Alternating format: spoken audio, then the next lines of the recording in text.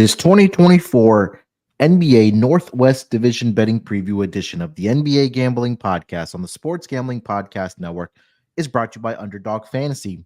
Sign up with promo code NBA SGPN to get a 50% deposit bonus of up to $1,000. We're also brought to you by Rhythm, shark crushing college football and the NFL with Rhythm. Get your 7-day free trial today by going to sportsgamblingpodcast.com/rhythm. That's sportsgamblingpodcast.com/RITHMM. Welcome, everyone, to the NBA Gambling Podcast, part of the Sports Gambling Podcast Network. Here to get into another division preview for the upcoming 2024-2025 NBA season. Today, we'll be talking about the Northwest Division. We'll go through each and every team within this division. We'll talk about division odds, win totals, make-miss playoff odds. We'll talk about some of the roster moves that were made over the offseason for each of these teams. And we'll, break it down for you guys here for our next division preview.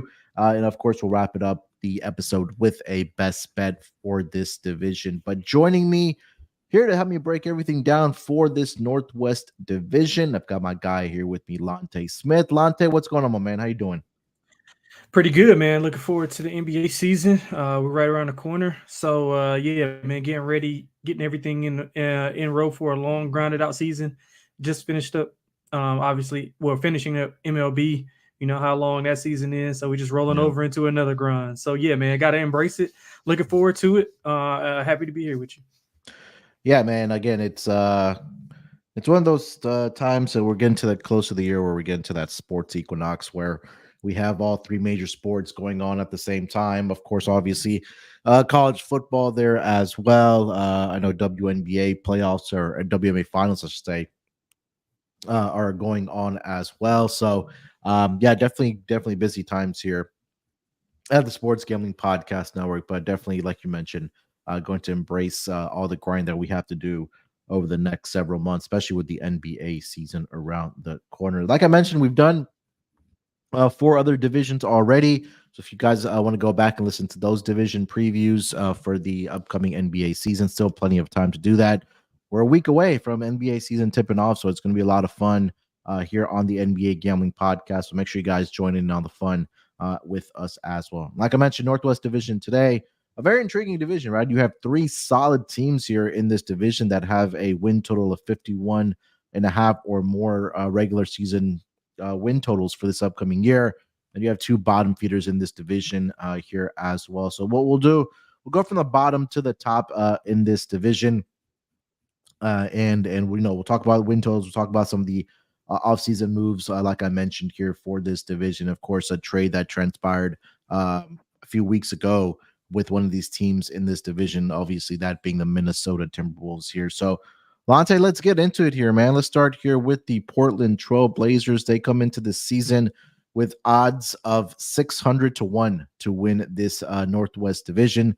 Win total currently sitting at 22.5 for this Trailblazers team. Make-miss playoff odds right now, 30-1 for them to make the playoffs and minus 20,000 for them to miss the playoffs. And, this is another year that's going to be post, obviously, Damian Lillard looking for Scoot Henderson to kind of take over as that starting point guard of this team for the foreseeable future.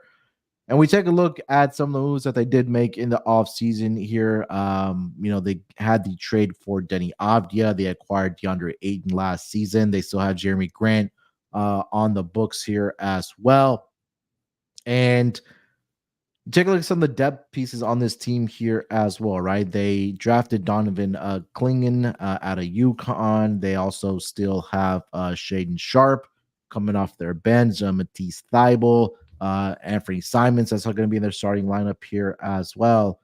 And last year, look, we knew that this is going to be a transition year for this Portland Trail Blazers team post Damian Lillard era and trying to figure out, who's going to be that next guy to really take over what Damian Lillard and if we even want to go back further, with CJ McCollum when those two guys were there, and how they're going to replace those two guys here. So it looks like, it may be Anthony Simons and Scoot Henderson that are going to be the guys of the future for this team here, Lonte. But when you take a look at this Portland Trailblazers team, obviously with a win total of 22.5, expected to be one of the worst in the Western Conference there, led by Coach Chauncey Billups, who probably is going to be maybe on his last ropes here for this team. And last year, before I hand it over to here, Lonte, this team finished up with a record of 21-61, which was the worst in the Western Conference there. But what are your thoughts on the win total here for this Portland Trailblazers team? Is that the lowest on the board? Win total was? Do they have the lowest? I want to say Brooklyn. No, Brooklyn's at 19.5. Oh my and God. then I think Washington might be down there as well. I think they're either 20.5 or 21.5, but Okay. they are at least a bottom three for sure. Yeah, I would make an argument that Portland's the worst team in the NBA, but and I wouldn't even say it's close. Like talent wise, I mean, they have, I guess, decent talent, but it doesn't mesh well together. I mean, they got three centers. They got Robert Williams. I mean, granted, he's always hurt. They got Donovan Clingan, who obviously is gonna be a focal point of their defense and anchor their defense because they took him with that high of a pick. And then you have DeAndre Ayton and Clingan can't play on the floor at the same time. That's just, it's obvious. Want to see some maturation from Scoot. I know a lot of people are kind of out on him, but I'd like to give him another year and a half to kind of get things going. He wasn't good at all, and I think a lot of people owe Brandon Miller an apology for saying that the Charlotte Hornets made the wrong pick. I think it's obvious in year one they've won that that pick thus far. Obviously, a lot can change, but I mean, I just think stylistically nothing makes sense for Portland. I mean, they don't have a true point guard. Simons is kind of in and out of the lineup. Jeremy Grant's going to want to take 20, 25 shots a game. So how much are you going to have the ball in Shaedon Sharpe's hands? And I think I would argue, well, I don't know if you agree. I think Shaedon Sharpe's probably the best player with the most upside, I would say. Like, I mean, Simons is the best scorer, but I think upside wise, if you're going, projecting forward, I think you want to build around Sharpe, Scoot, and Clingan is what I'm guessing. So they don't have a true point guard. They were bottom 5 in turnover percentage offense. So they turned the ball over a lot. That's a prime example of that. I know they had Malcolm Brogdon last year, who was kind of in and out of the lineup, as was everybody else. So, I mean, they don't do a lot of things well, man, to be honest. I mean, the only thing they did do well was they turned teams over defensively. They were 6th in turnover percentage defense. They did offensive rebound the ball well, 3rd in offensive rebound percentage, but everything else was pretty bad. 30th in assist percentage, meaning they didn't move the ball at all. It's kind of a ball stopping unit. I mean, I just don't like anything about their team. I would, if you can find a bet for Portland to have the worst record in the NBA, I would take a nice chunk at that, because the team that you named, like, it's a path where the Nets are okay. I mean, they have talent, like all-star level talent. Whatever you think about Ben Simmons. And, you got Cam, both Cams actually, Thomas and Johnson. And then I like some of their rookies. And then like I just don't see a path for Portland. I mean, they did play depending on where you check, they did play the top strength of schedule in the NBA last year. But again, you're in a Western Conference with this lack of talent in a division that's pretty top heavy, and you're probably going to get beat up on a lot. So yeah, man, I'm going to go under.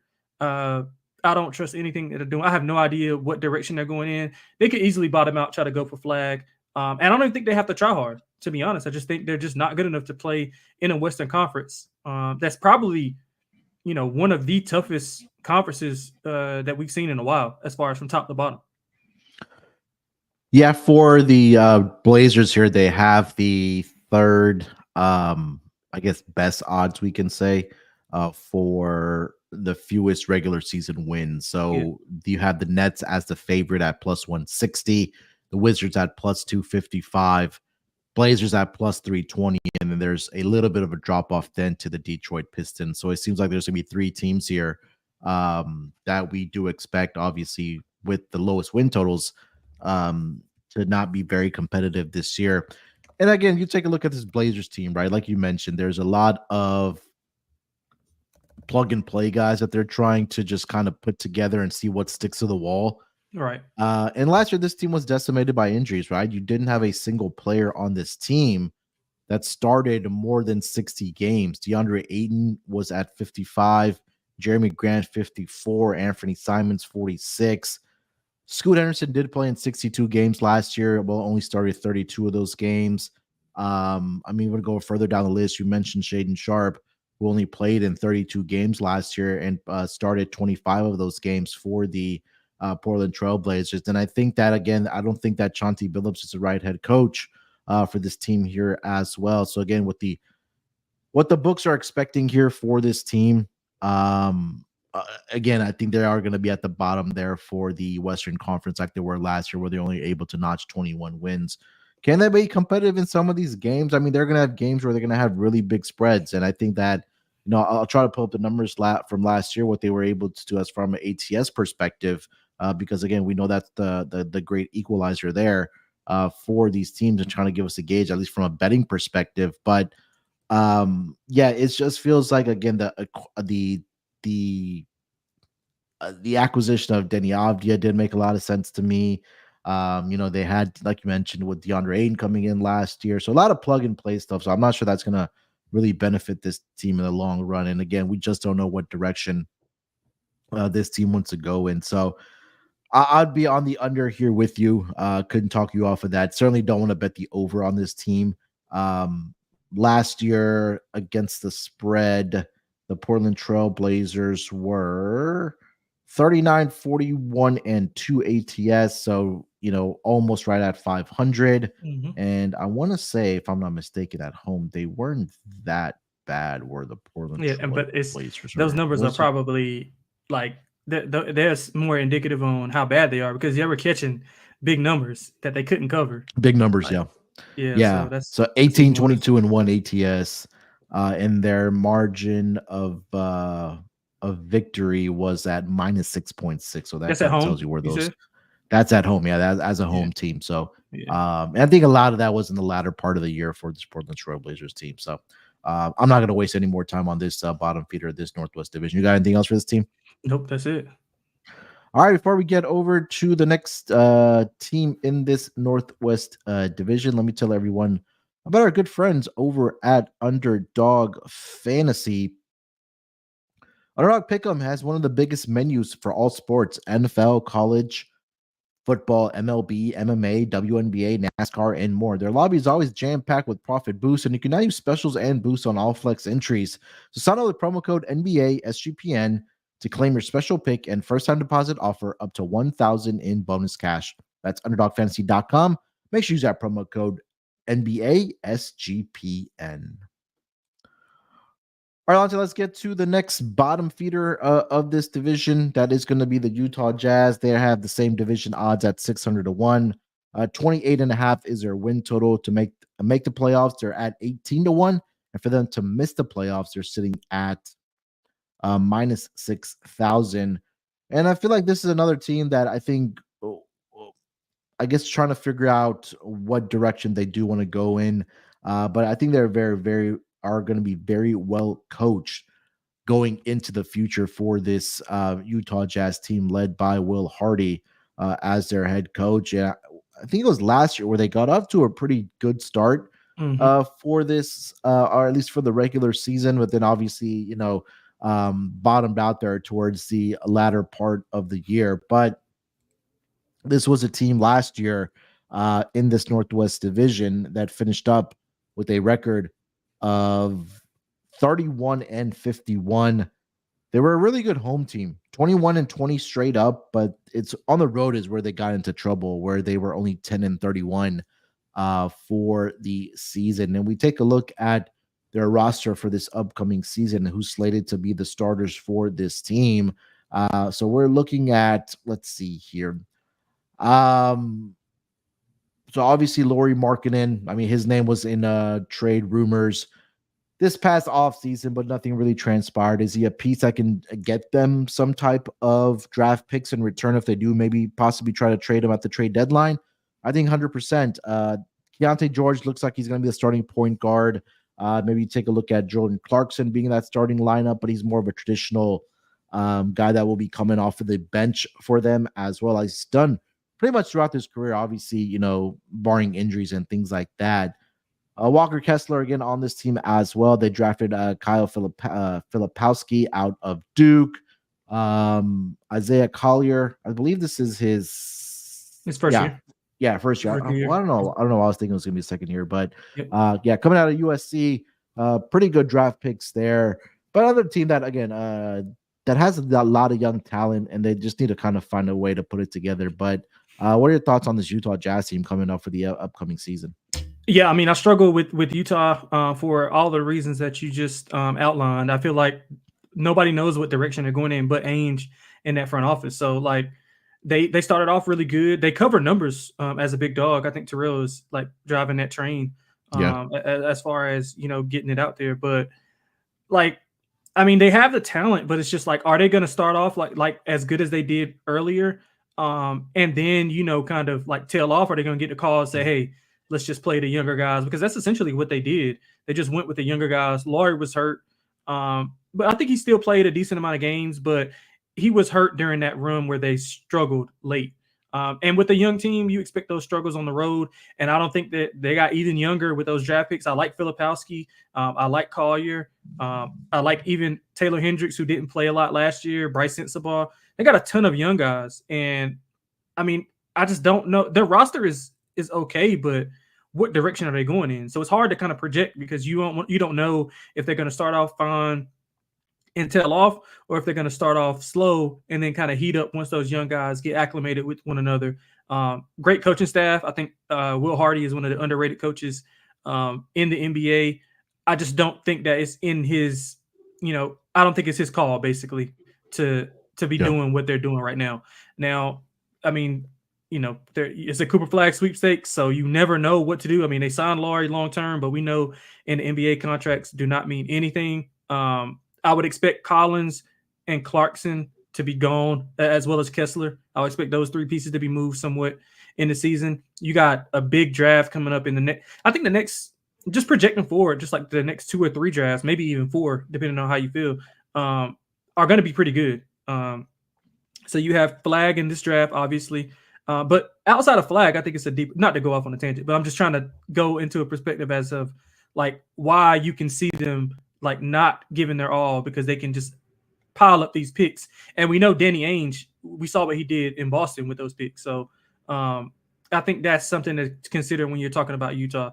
But whenever I'm going through Utah as a team, I'm pretty much going to stay off of their like win total or whatever the case may be, and just bet them on a night in, night out basis. I think they'll be excellent as a dog. They'll be excellent at home, especially if you get a team off a back-to-back on that road trip, where I'm assuming it's usually Denver, then Utah. I think that'd be good spots to find to play them at, especially if they're a dog. So long-winded answer of saying I really don't know, I guess. I mean, yeah. But so I'll end up passing on them, but I will be looking to play on Utah because I think their talent is really good. Coaching staff really good, and they've shown and proven that they've been able to cover against anybody, especially at home. Yeah, and again, we know that they have all the draft picks from the Rudy Gobert trade and the Donovan Mitchell trade there as well, right? So, like you mentioned, with it, the next year's draft or the ones in the foreseeable future that they're loaded right now, and again, they'd acquire even more picks if they do decide to trade Lauri Markkanen and Walker Kessler, maybe even John Collins. You could throw in that conversation there as well. Colin Sexton, we even mentioned his name, who could also be a guy that they possibly want to trade here because he'll be a free agent in the 2026 year for this team here. So I'll lean over. I was kind of in your camp, Lonte, that I really didn't know what to do with this team. I'd probably maybe be a wait and see approach, maybe get an updated number on this team because again, they have all these young guys like you mentioned there that they want to see what they've got and who can be part of this team in the future. When they do have those, that not only their own draft picks, but also the draft picks of the Cleveland Cavaliers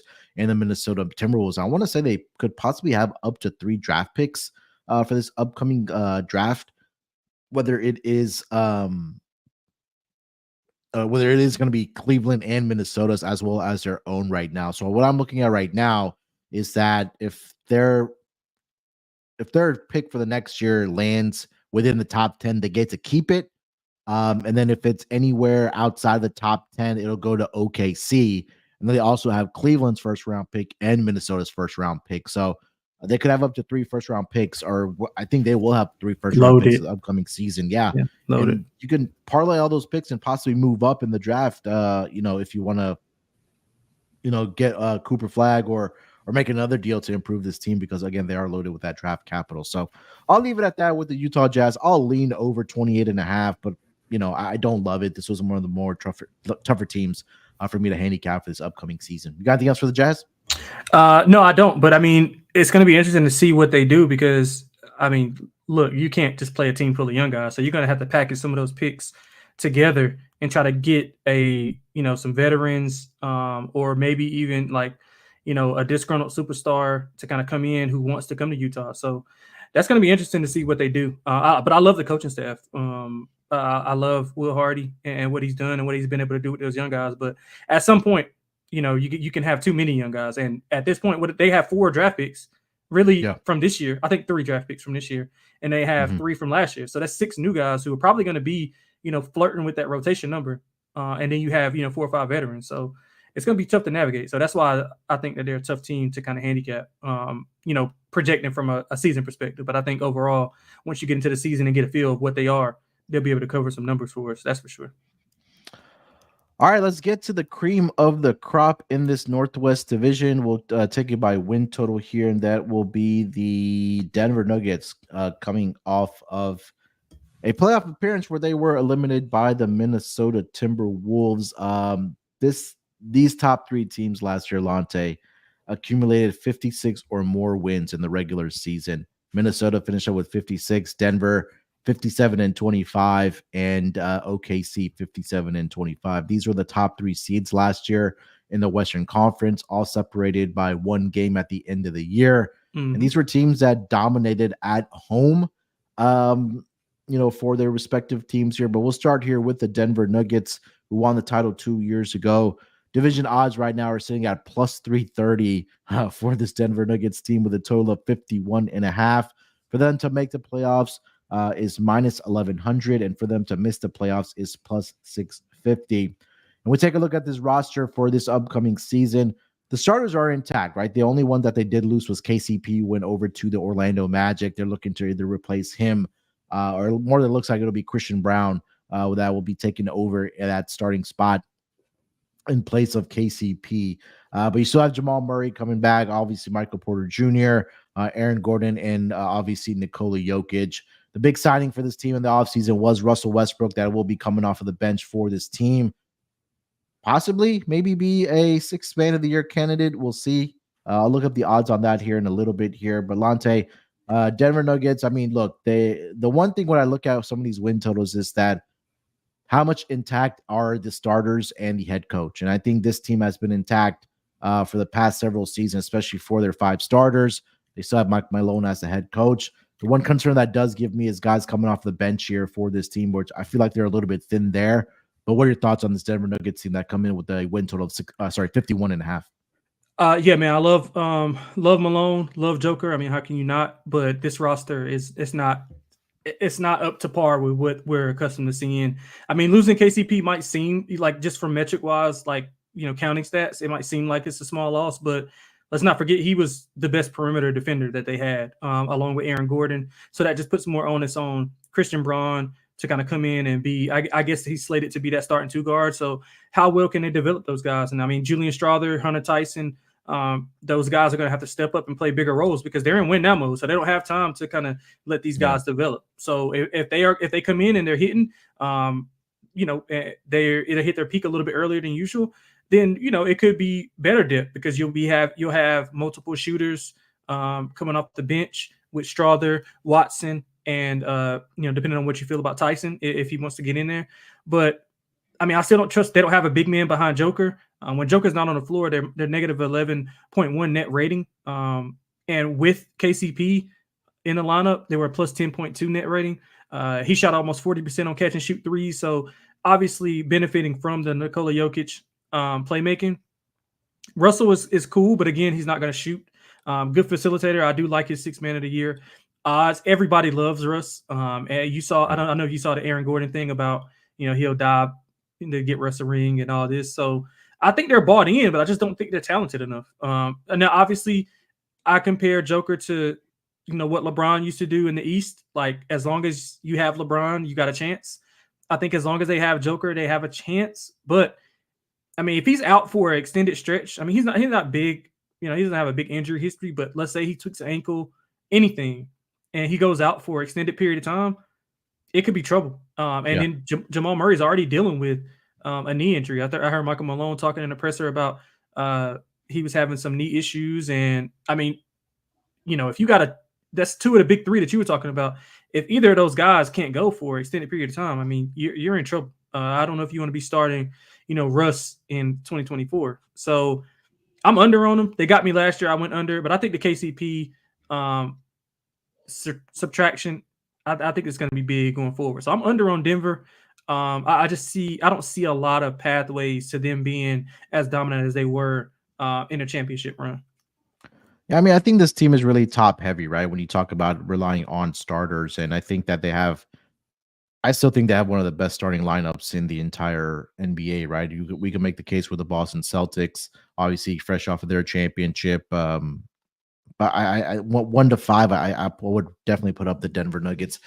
It's when we talk about an 82 game regular season, it's that you need that depth, right? Because you want to go 8, 9 deep, possibly even 10 deep on a roster, and we have guys coming off. I think the addition of Russell Westbrook, I think it's a really good insurance policy in case they want to sit Jamal Murray for back-to-back games, or whatever the case might be for Jamal Murray, and trying to manage that knee injury, and have him ready for the playoffs.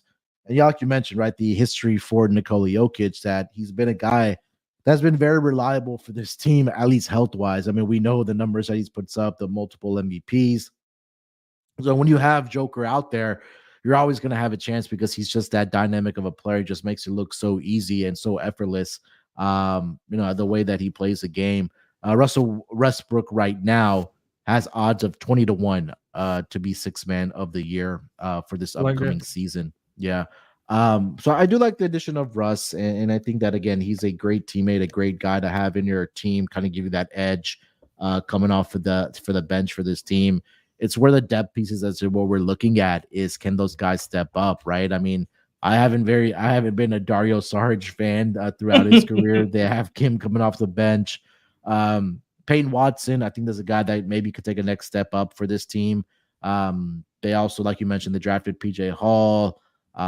Trey Alexander, coming out of Creighton, was an undrafted free agent acquisition, or signing, I should say, for this Denver Nuggets team. Not sure if he's going to, if he's going to be on the roster for this team.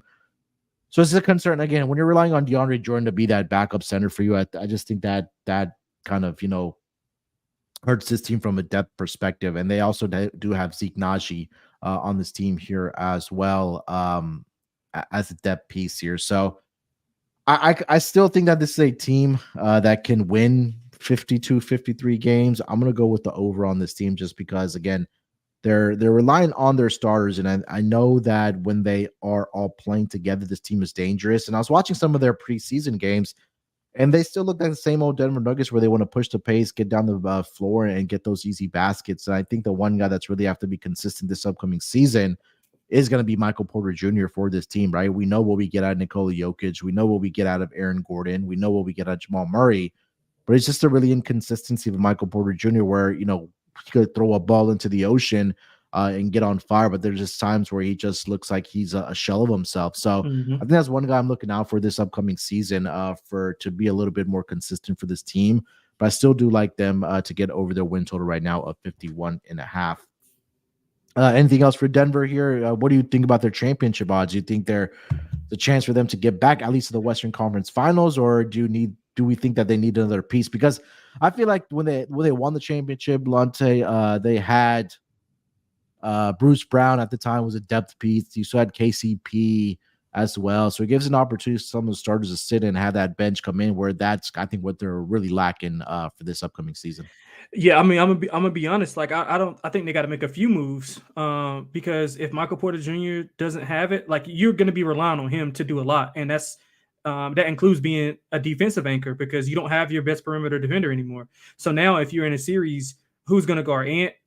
Who's gonna guard, you know, Shea? Who's gonna guard Jalen Williams? Like, it's so many different aspects that you got to go through with even. I mean, I'm just talking about the division. Like, now I haven't even Yeah, included right. the teams in the West like that are going to be competing as well. So like I just think a lot of these teams have increased their talent level and hit on needs that they um you know that they had the holes that they had to fill, which was fulfill their needs. So like OKC is a team that I think has got, we'll get to them, but I think they got extremely better and they're more equipped to handle Joker because you can fire off Hartenstein with them. You can get, Chet. And then you got some of those other guys that be mismatched with when you're putting those lineups together. So, I mean, I think they got to make another move because what are you going to, like, who's going to play the backup center? Who's their backup center? DeAndre Jordan. Yeah, like, so, like, I mean, and what you're going to do when Aaron Gordon goes off the court? Because he's a Swiss Army knife. So, like, Yeah. so that's what I'm saying. You're relying on Michael Porter Jr. into a role that he's not accustomed to doing. So if he's playing harder on defense and he improves defensively, which I mean, he's got all the tools to do it. But does that affect his offense? You know what I'm saying? Because he's going from guarding the third best option to guarding possibly the second. Because I'm assuming Aaron Gordon will be, depending on the matchup, will be on the best player. So all of that stuff plays a factor. And then I mean, you got a Jamal Murray, the health wise. I mean, somebody said in the chat like he was horrible this summer, like horrible, like he shouldn't have been on the court horrible this summer. So yeah, I think they got to make a few moves, man. To be honest, unless I'm guessing they're banking on Peyton Watson and Julian Strawther to kind of come through and be those Bruce Bowen type of things. If they can combine and be, give you what Bruce Bowen and KCP did, then that's fine. But it's unproven right now. I mean, and they were okay during the regular season, but Malone didn't trust them last year. Now they got a year better into the system, so we'll see going forward. They got all the tools, rangy. Loved them both in college. I think Watson even dealt with an injury, which kind of slowed up his process. But yeah, if you're banking on those guys hitting, then I can see it. But if they don't hit, then what? Like, you know what I'm saying? So I think it's a lot of questions that surround the Denver team. But I think they're a few pieces away from competing. I'm gonna be honest with you. I might look at them to miss the playoffs. Oh, I think I mean, look, we take a look at Nikola Jokic, right? And again, you mentioned the numbers of what this team looks like when he's off the court, and God forbid he misses extended time. That could be trouble for this team because we just take a look at what he's done in his career, and I'll just kind of read off the number of games that he's played just over the last 4 seasons. It's all been 70 plus, 72, 74.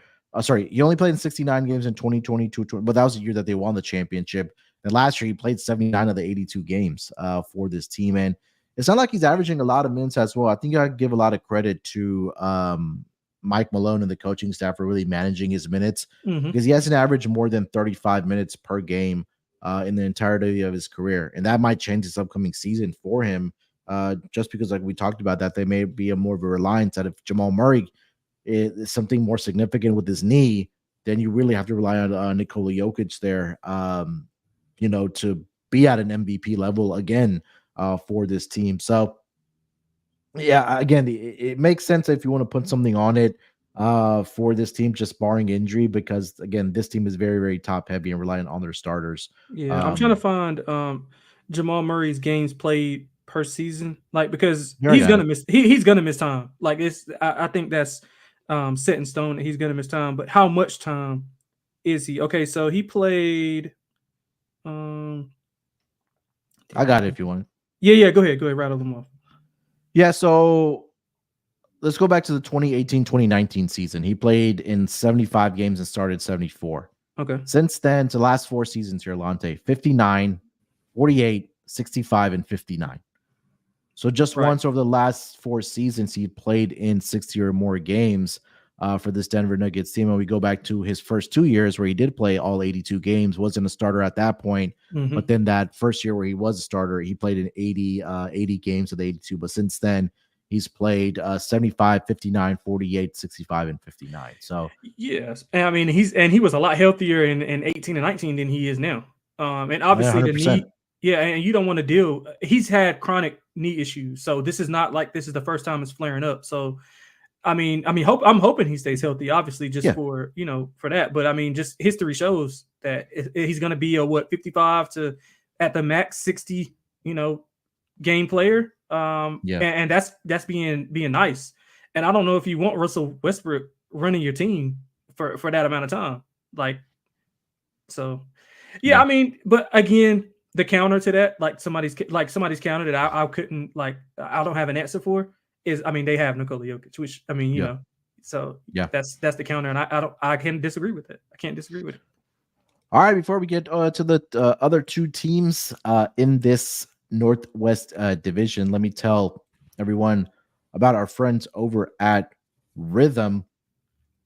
SGPN's proud partner, Rhythm, is the number one AI-powered back sports betting platform that helps provide bettors of all levels the ability to build custom predictive betting models in seconds and get predictions for betting on money lines, spreads, totals, and props. Build your own model, copy one of the top-performing models from the leaderboard, or press Build a Model for me, and Rhythm gives you predictions for every game and player props, and also has a myriad of stats, research, and trend analysis to give you even more betting insights. Claim your 7-day free trial today by going to sportsgamblingpodcast.com/rhythm. That's sportsgamblingpodcast.com/RITHMM. And we're also brought to you by BetUS. Bet with the best in the business, BetUS. BetUS has been around for more than 30 years. Easily deposit using cryptocurrency and get lightning fast payouts. US players are always welcome. Sign up and deposit $100, and you have a chance to win a 1960 Ford Mustang. Use our link to sign up and get a 125% deposit bonus on your first 3 deposits. Go to sportsgamblingpodcast.com/betus. That's sportsgamblingpodcast.com/betus, promo code SGPN, so they know that we sent you. BetUS, America's favorite sports book. All right, let's get to the top 2 teams in this division. We'll go here with the Minnesota Timberwolves. They come into the season with division odds of plus 250, win total of 52.5. For them to make the playoffs right now is at minus 1200. For them to miss the playoffs is at 7-1. And obviously, the big news for this team in this offseason was the trade of Karl Anthony Towns heading over to the New York Knicks in exchange for Julius Randle and Donte DiVincenzo with some draft capital attached there as well. And last season, again, this was a team that was, I mean, a lot of fun to watch.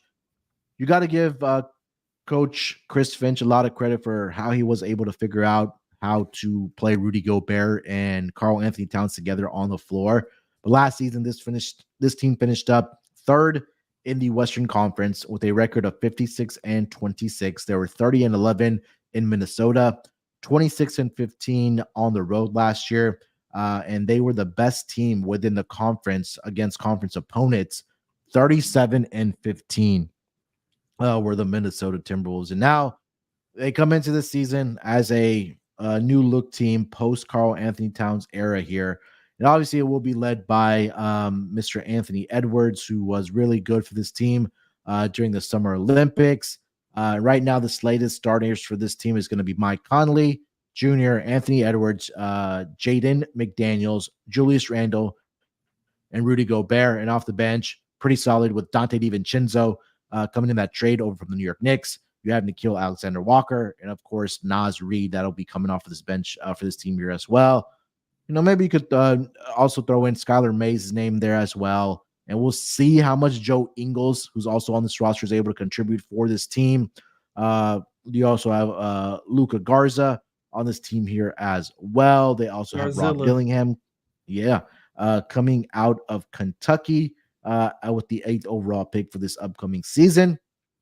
This roster has a lot of depth pieces for this upcoming season. We'll see what they are going to be able to get out of Julius Randle, right? And if he's going to be a team player, because lots, I feel like this guy, when he was with, was with the Lakers or, with the Pelicans and even with the New York Knicks, I feel like there was a lot of ISO ball going on with Julius Randle. And I think that that's not something you can do with this Minnesota Timberwolves team. But he's really going to have to fill in that role next to Anthony Edwards to be a scorer for this team here. Obviously, coming off the shoulder injury from last year. But Lonte, what are your thoughts on this Minnesota Timberwolves team with a win total of 52.5 for this upcoming season? Man, I'm intrigued by Minnesota. I really am, because I think that they got the better package. I just don't think Randle is the right piece for it. I like the young guys, and I'll go out on a limb and say I think Rob is going to be the better player going like projecting forward. But I think instant impact. I think Terrence Shannon will have the most instant impact because he has an NBA ready body already. He's physical. He's downhill. He can defend. Rob still has to figure out how to be a point guard because he's transitioning from being, more of a two guard where Reed Shepherd did a lot of the, point guard duties. He did play some point guard, but he doesn't have the facilitating pedigree. And learning under Mike Conley will be a great thing to do. I think it'll be a great veteran for him. So, projecting forward, I think Rob will be better suited once he gets comfortable in that point guard role. But I think Terrence Shannon will have instant impact because of his ability to defend, get a bucket, score. He can score at all three levels. Like, I think Terrence Shannon is a great addition. But again, like the thing with Cat and Rudy, it was two bigs that we didn't think would work. And it really, Right. I mean, technically it didn't work. I think the emergence of Anthony Edwards just kind of clouded, just kind of covered all that up. But Randle really doesn't work. Like, because he can shoot it, but his strength is getting downhill. You can't get downhill if Rudy's in the paint. So He can shoot you out of the game. Yeah, and that too. And I think you don't want him. You obviously want the ball in Ant's hand, and they predicated on defense. Their defense starts their offense, and then Ant is kind of the obviously the go-to guy. They were really good at shooting threes. They were third in three-point percentage. They were 22nd in pace, and I think a lot of that had to do with having those two bigs. Now Randle can get out and run a little bit more, so maybe you speed up the pace there as you get younger. Obviously, their defense was unreal. We saw it on full display in the playoffs. They were first in defensive rating, fifth in turnover percentage defense. They turned teams over. They got to the line. They were top 5 in free throw rate offense. So how kind of the coaching staff adjust to who he plays and how, like, I would think that this is just like a setup piece to move Randle and get somebody else. Like, who would be the perfect player next to them is in their division. Like, Lauri Markkanen would be perfect for this team. Like, if you can swap them out somehow, I mean, obviously I don't know about the contracts and all that stuff, but like if you can get a stretch 4 to where you can have Gobert playing in his more traditional role as just a rim protector, shot blocker, then fine. But when you get in the playoffs and you got Randle and Gobert on the floor and Jaden McDaniels on the floor at the same time, that's 3 non-shooters. Like, so, I mean, Conley is fine, but again, like you don't have any shooters. Cat masked that up because he could stretch the floor.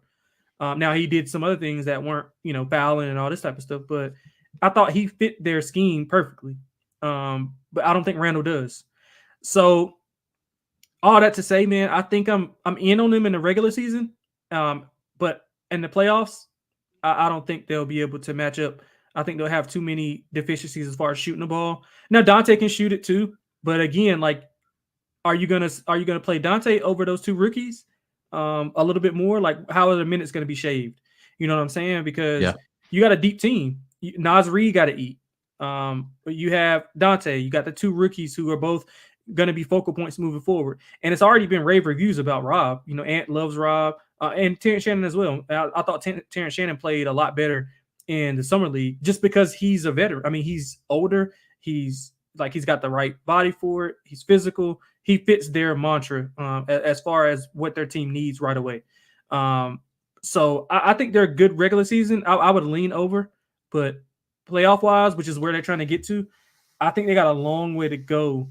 Unless Randle just turns into, what he was, when he had that most improved MIP award. But again, he was the focal point. He's not the focal point here.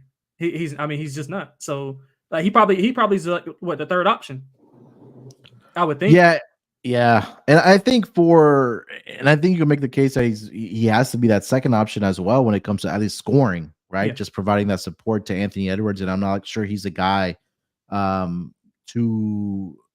a right fit next to Anthony Edwards because again, this team is going to be building around Anthony Edwards. And if they want to keep him around, if they want to keep him happy and a future face of this franchise, you need to have players around him that are going to be number one, unselfish, play team basketball, with Anthony Edwards. I really do like you mentioned. You name the guys that the young pieces that they do have here that can flourish into a role for this team. But how quickly are they going to be able to do that, right? Right. Because Rob Right. Dillingham, this is his first season obviously as a rookie. You mentioned Terrence Shannon Jr. there as well. We know the one solid constant for this team is going to be Naz Reid, right? Yep. Because we saw Yep. what he was able to do coming off the bench last year for this team. Last year did win the Sixth Man of the Year award, if I'm not mistaken. Yeah, he did. Yep. Right. Yeah. So Naz Reid, and again, he could even have a more of an expanded role in this upcoming season. Maybe we'll see an increase in minutes for him as well with the departure of Karl Anthony Towns, because he is a guy, number one, that can shoot the three ball for you and also, get to the basket as well.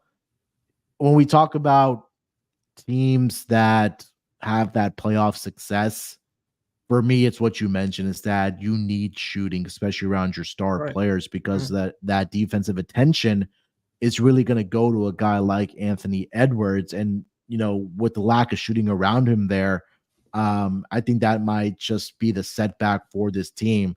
Yeah. We didn't even mention Dante DiVincenzo. I think that he's going to be a guy coming off the bench for this team. That's definitely going to be obviously a huge piece for them. We know he's a guy that can knock down a 3-point shot. He can, fill up the basket for you there as well. So I really like the bench depth for this Wolves team. If they do have DiVincenzo and Naz Reid coming off the bench for you, I think that's absolutely fantastic. But I'm in your camp as well. What you mentioned is I just don't think that Julius Randle is the guy for this team next to Anthony Edwards. I think that stretch for which worked last year for this team, right? It was Cat, a great name. You mentioned Lauri Markkanen there as well. And we know Rudy Gobert obviously is going to be that anchor, for the defense for this team here. So I still like the over for this team. I think they find a way here because I think defensively they're going to be solid. I also do like Anthony Edwards to lead the league in scoring for this upcoming season. I don't hate that. Yeah, that's a good move. Let me see what the numbers are. Let me add. I'll add a few things while you're looking at that. Yeah, go ahead. So I mean, let's not forget Randle. He didn't play at all last year, right? He did play last year. Let me look up the exact numbers, but it wasn't a ton though. Yeah, he missed the entire postseason, obviously with a shoulder injury. There was some type of indication that he would be possibly coming back for the postseason, but they had then announced that he was going to have that shoulder injury that pretty much was going to end his season and postseason last year. So last year he only played in 46 games for the Knicks, but part of that he had the 3 straight seasons where he did play 70+ games. Yeah, so I mean he's going to have to. He's coming off not playing basketball for close to 7-8 months. Yeah, 7-8 months. So he's going to have to get adjusted, new city, and all that. Like, I think that they're in a difficult situation with him there. And also, like, my thing is, if you want to know the blueprint on how to beat Minnesota, like the Lakers have been really successful in beating Minnesota because they can defend Ant, so they make everybody else beat them. Now, easier said than done, but the Lakers have bodies to be able to throw at Ant, and they play a physical style. So if you ever want to know the blueprint to stop Minnesota, the Lakers literally they have it, because Ant does not play well against the Lakers. I don't think he's had one, maybe two. He's had 2 maybe good games against the Lakers in his career, and I think they just show that blueprint. And once you see that, it's just like you got 3 this is in the world we live in the basketball era that we're in.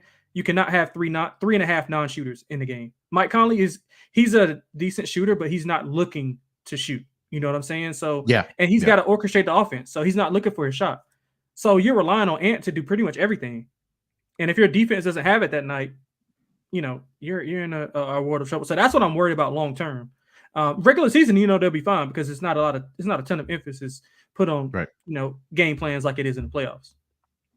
35-1 is the number for Anthony Edwards to lead the league in points per game. So that's one I do like here. He's the 5th favorite. Luka Embiid, which you could want to cross him off the list because he already said he's not going to be playing back-to-back games maybe for the rest of his career.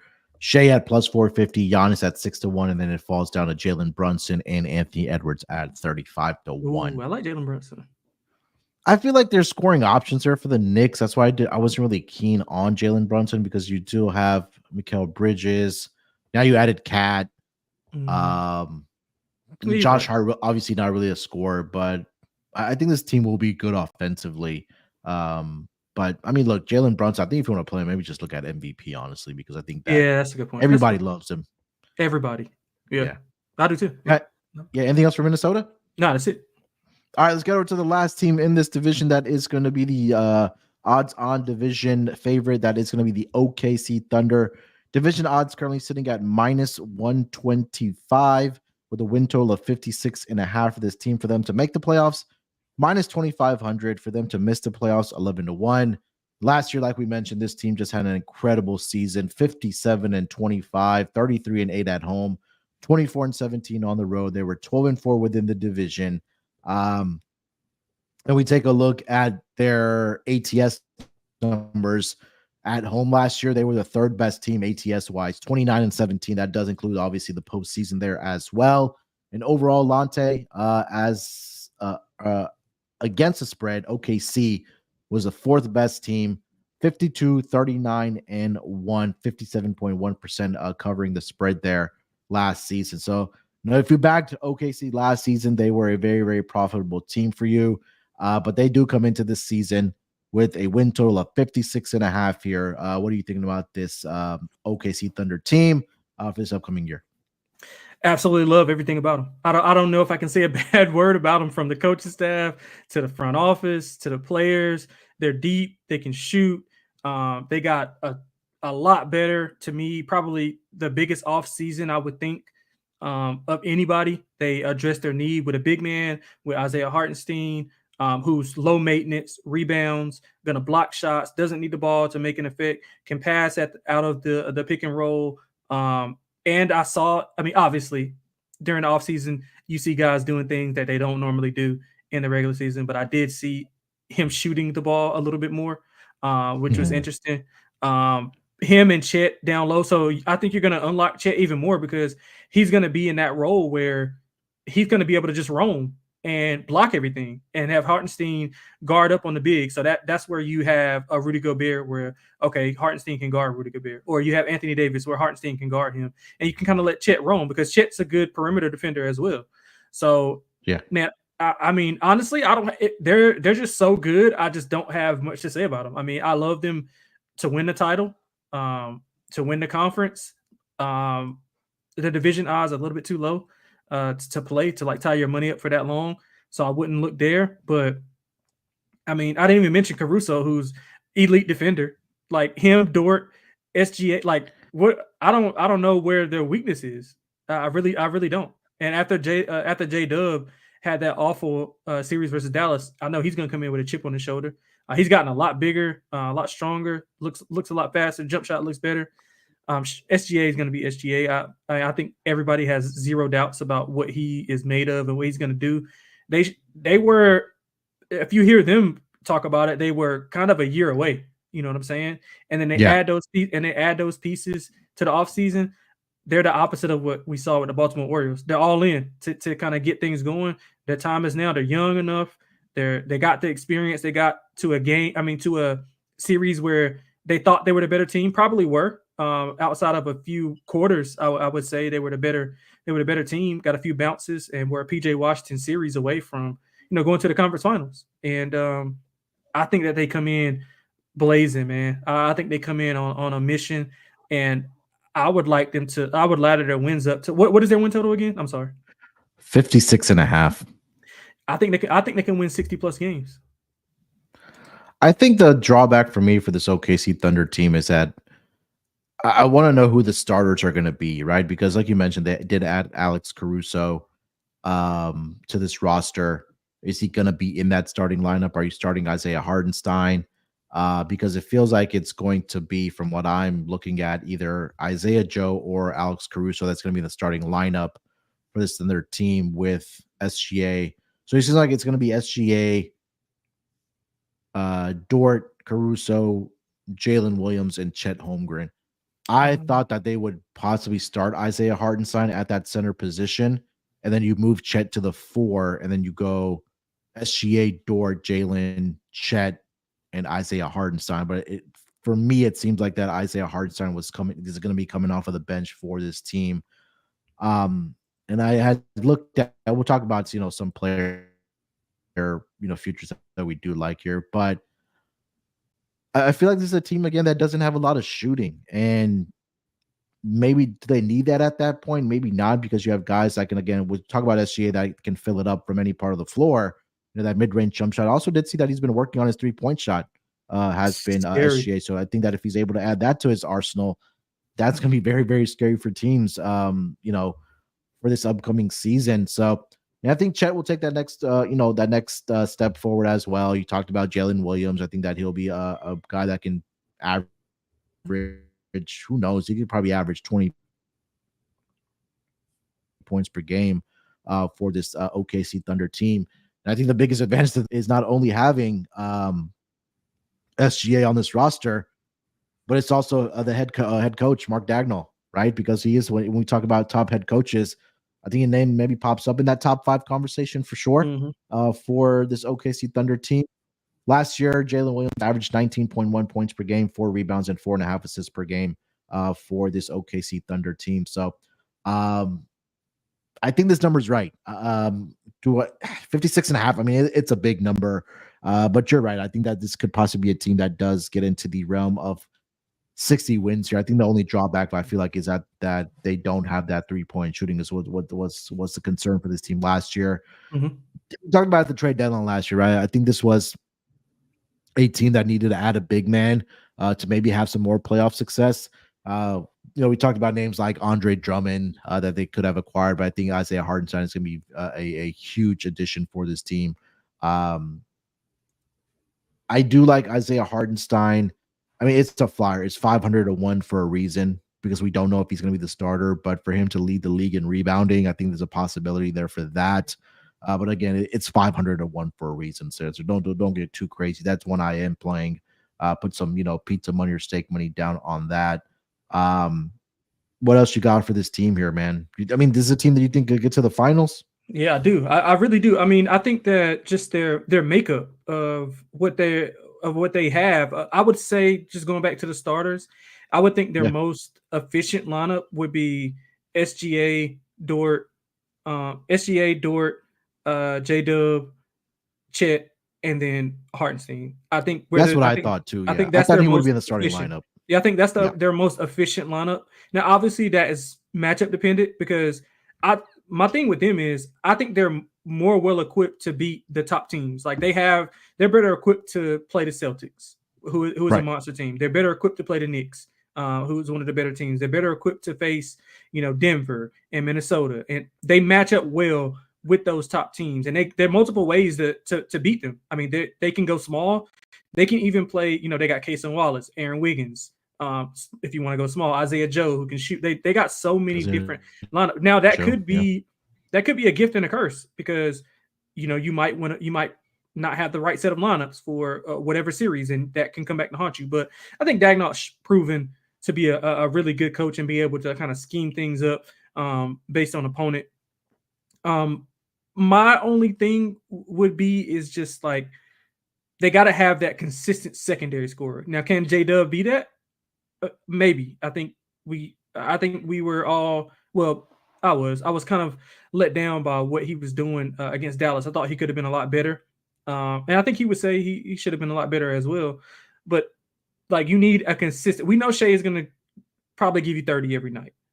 Now when things tighten up in those playoff series, like, can J-Dub give you, 18 to 20 a night? And I think that's the next step that he has to take. And the rest of those guys got to step up off the bench as well. You're going to need Cason Wallace to take a step and be, knockdown shooter. You need Aaron Wiggins to kind of get things going.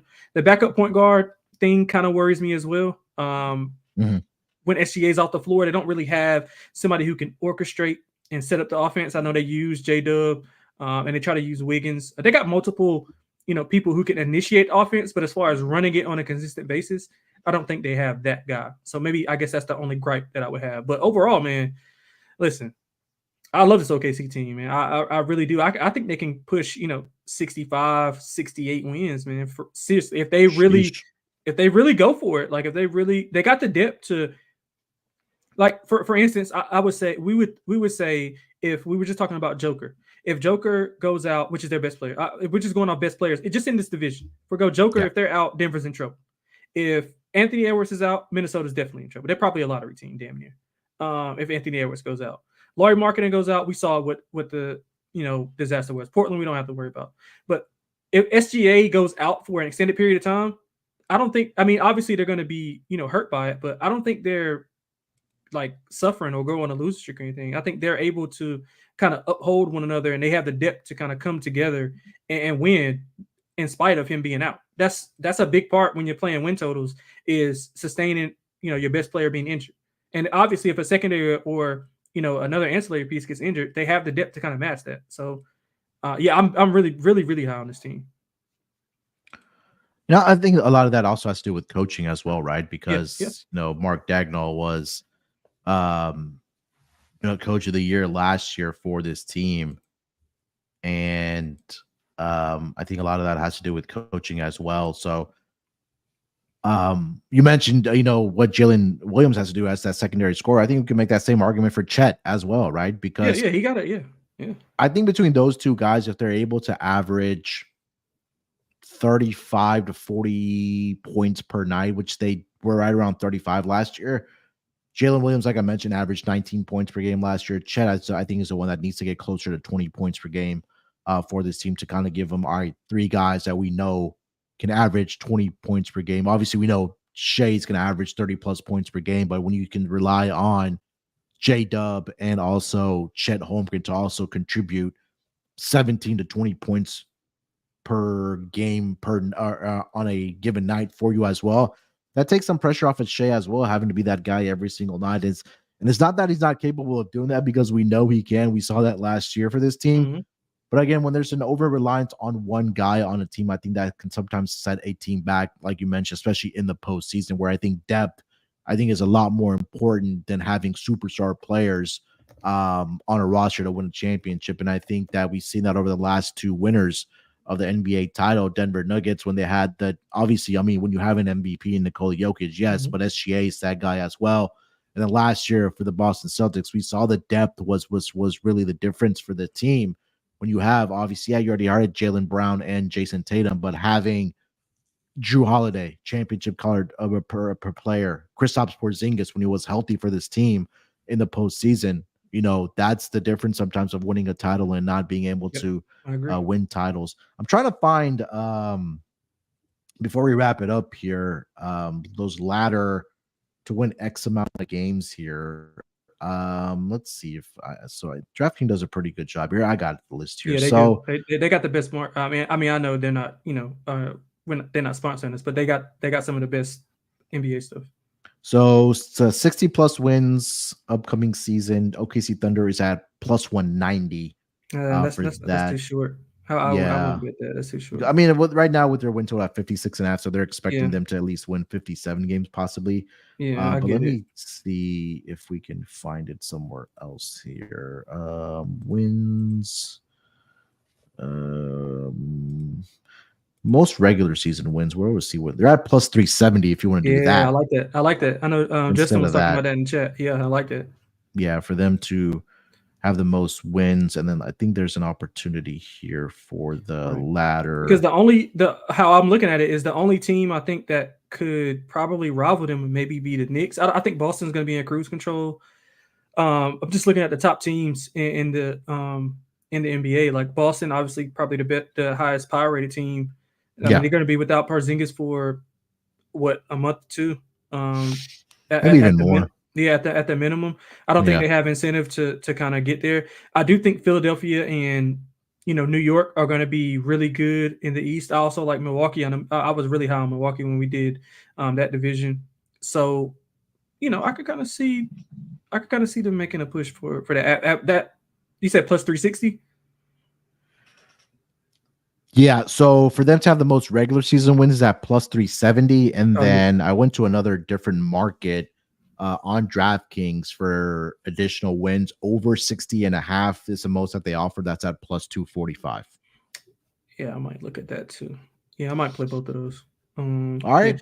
Yeah, I might play both of those. You know what would be a great series that I'm hoping that we see? I'm hoping that we see OKC Memphis in the playoffs. That would be incredible. Yeah, that would be oh my god! Like just going pound for pound, I think that would be incredible. Really good series to watch. Anything else for OKC here, Lonte? No, I think we pretty much summed it up. Yeah, SGA right now sitting at plus 425 to win this division.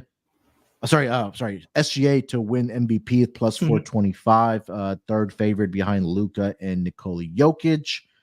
And then if we want to take a look at, like I mentioned, for Isaiah Hartenstein, keep an eye on if he is going to be the starter for this team at that center position. I feel like he should be, but again, coaches know better than us. But again, for him to be rebounding leader for this upcoming season was sitting at 500 to 1.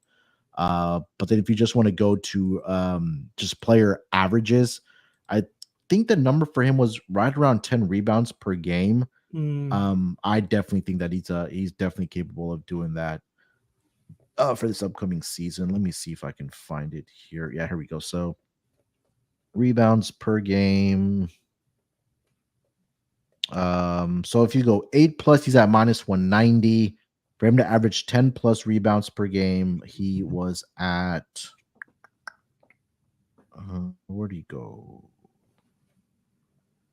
5 to 1. If you don't want to get on that 500 for him. That's not bad. Yeah. So I'm really high on Isaiah Hartenstein for this upcoming year. I think that's a great addition for this OKC Thunder team. Yes, all right, let's put a bow in that for this team. Lonte, let's get into a best bet for this division. It could be win total, division odds, make miss playoffs, anything you want to give out as a best bet for Northwest. Yeah, give me Denver under. What was it, 51.5, 52.5? 51.5, yeah. Yeah, give me under 51.5 for all the reasons that we both talked about. I think you're a little bit higher on them than I am. But I think we have similar rationale as to why. So, I don't want to regurgitate anything to make this longer than what we already did. But, I think depth is going to be an issue. I'm worried about Jamal Murray's knee. And I think just overall, the West is just that much better. It just keeps getting better and better every year. And that's even from the bottom up. I know Portland's probably the worst team.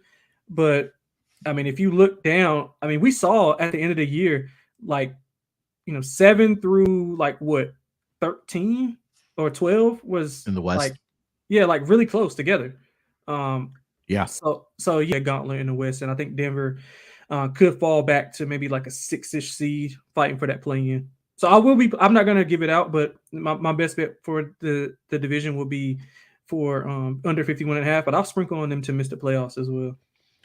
Yeah, so just to recap that 7-10 last year in the Western Conference, 46 wins each for Kings and the Warriors, and then Lakers 47, and then Pelicans had 49. You had 5 teams last year that had 50 or more wins between the Mavericks, the Clippers, and the 3 teams that we just discussed in this Northwest Division.